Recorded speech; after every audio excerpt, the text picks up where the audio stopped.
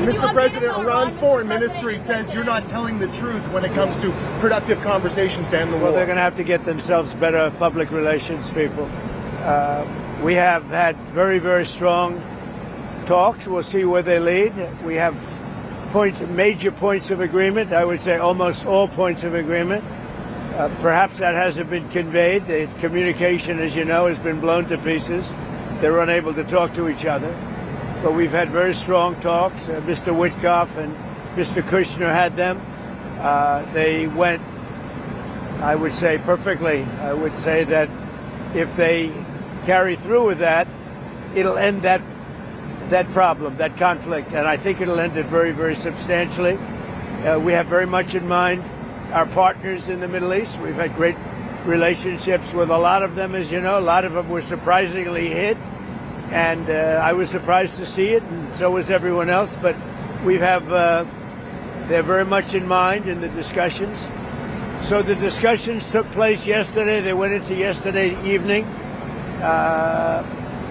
They want very much to make a deal. We'd like to make a deal, too. We're going to get together today by probably phone, because it's very hard to find a country. It's very hard for them to get out, I guess. But we'll at some point very, very soon meet. We're doing a 5-day period. We'll see how that goes. And if it goes well, we're going to end up with settling this. Otherwise, we'll just keep bombing our little hearts out. Who is Steve Witkoff speaking with, Mr. President? Speaking with in Iran. A top person. Don't forget, we've wiped out the leadership phase 1, phase 2, and largely phase 3. But we're dealing with the man who I believe is the most respected and the leader. It's a little tough. We've wiped out everybody. Is that the Supreme Leader? No, not the Supreme Leader. So we don't. not much talk Well, nobody heard of the second Supreme Leader, the son. Are these direct? Nobody. We have not heard from the son. Every once in a while, you'll see a statement made, but we haven't. We don't know if he's living. But the people that seem to be running it, and they seem that based on really fact, because things they've said have taken place. Mr. President, I can't. Mr. President, I know you've deployed. Because I don't want him to be killed. Okay? I don't want him to be killed. Mr. President, you've deployed. Nobody wants to be that. Nobody wants that job right now, you know? Nobody's exactly looking forward to being the head of that particular country, but perhaps we'll be able to solve that problem. Mr. President, you've deployed ICE agents to American airports today. Newsmax, sir. You've deployed ICE agents. You're not doing a very good job. You've deployed ICE agents. You're not doing a good job. Did you hear me? Okay, go ahead. What exactly do you want from these I'm talks? taking CNN over Newsmax. What You believe exactly it? are you looking for in these talks, Mr. President? We're looking for all of the things that we've been talking about. We want to see no nuclear bomb, no nuclear weapon, not even close to it, low key on the missiles. We want to see peace in the Middle East. We want the nuclear dust. We're going to want that.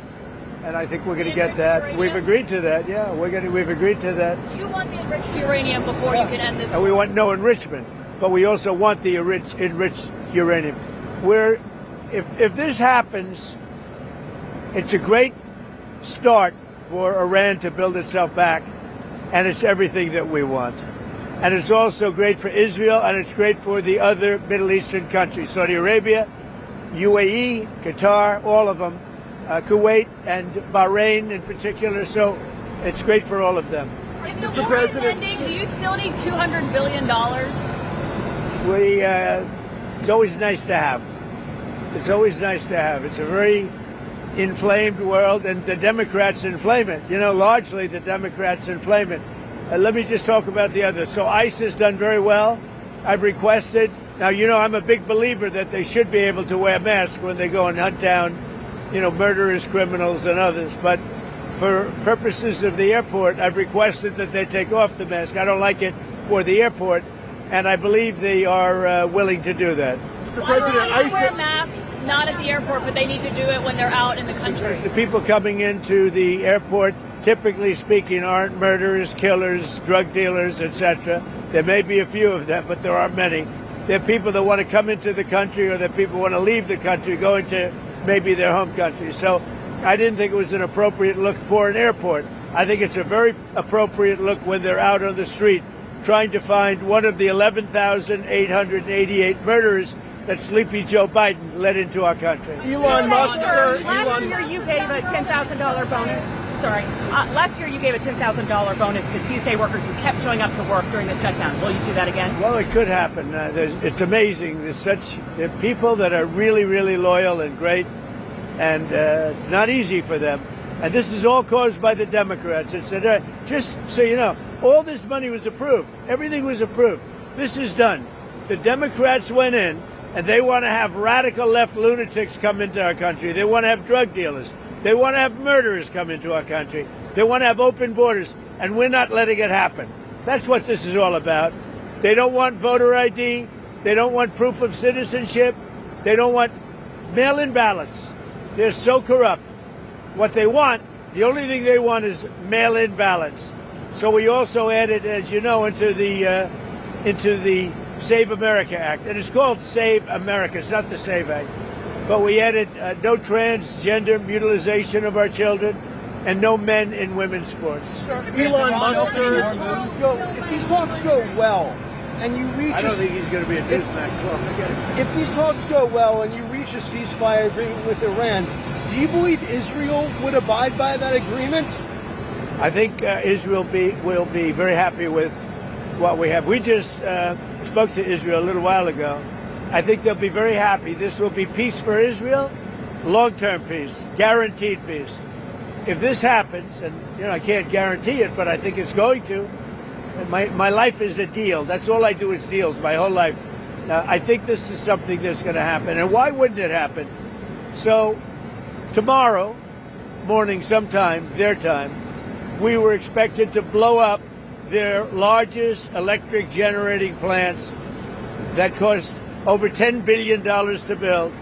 It's a very good one. There was no dearth of money. And one shot, it's gone. It collapses. Why would they want that? So they called. I didn't call. They called. They want to make a deal. And we are very willing to make a deal. It's got to be a good deal. And it's got to be no more wars, no more nuclear weapons. They're not going to have nuclear weapons anymore. They're agreeing to that. Any of that stuff, there's no deal. Have they offered to reopen Don't the go How are you well, gonna- sir, you and said- you target. You said you want to get the enriched uranium. How are you going to get the enriched uranium? Are you going to It's send very easy. If we have a deal with them, we're going down and we'll take it ourselves. Can I ask you, the Treasury lifted sanctions on Iranian oil that was out to sea. You criticized President Obama for giving Iran $1.7 billion. Well, I just want to have as much oil in the system as possible. But Iran is And making we don't even know if Iran gets that money. Frankly, I think it's very hard for them to get it. But you have ships that are out there that are loaded up with oil. Rather than keep it there, I would rather see it go to the system. Any small amount of money that Iran gets is not going to have any difference in this war. But I want to have the system be lubricated.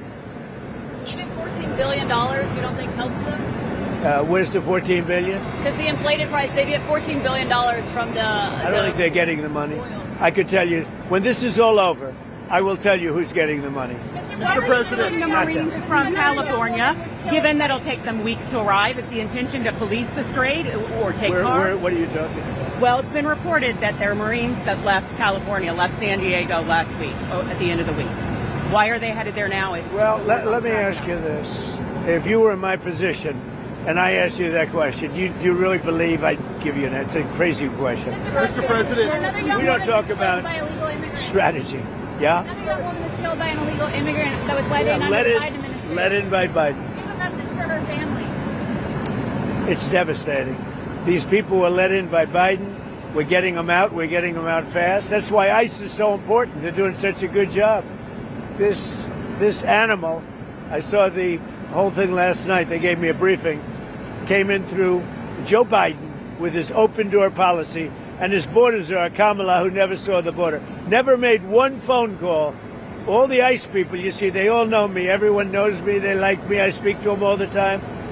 Didn't make one phone call during 4 years. She was the border czar to anybody on the border. Never went there.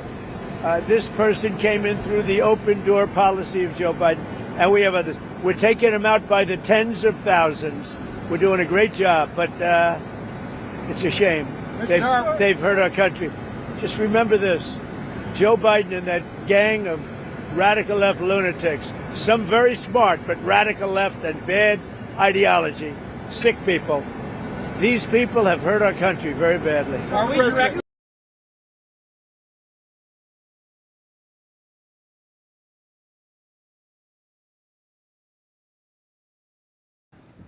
During a recent press interaction, Donald Trump responded to claim from Iran Foreign Ministry which suggested that the United States was misrepresenting the progress of ongoing discussion. Trump dismissed those claims, stating the conversations have been very strong and productive, even suggesting that there is agreement on most key issues. He acknowledged communication challenges within Iran, but maintaining that U.S. representatives, including figures like Jared Kushner, had engaged in effective discussion that could potentially resolve the conflict. He emphasized that both sides appear interested in reaching a deal, with indicating that further talks are expected soon, possible via phone due to logistically constraint. Trump mentioned a short evaluation period for negotiation, expressing optimism but also warning that military action could continue if an agreement is not reached.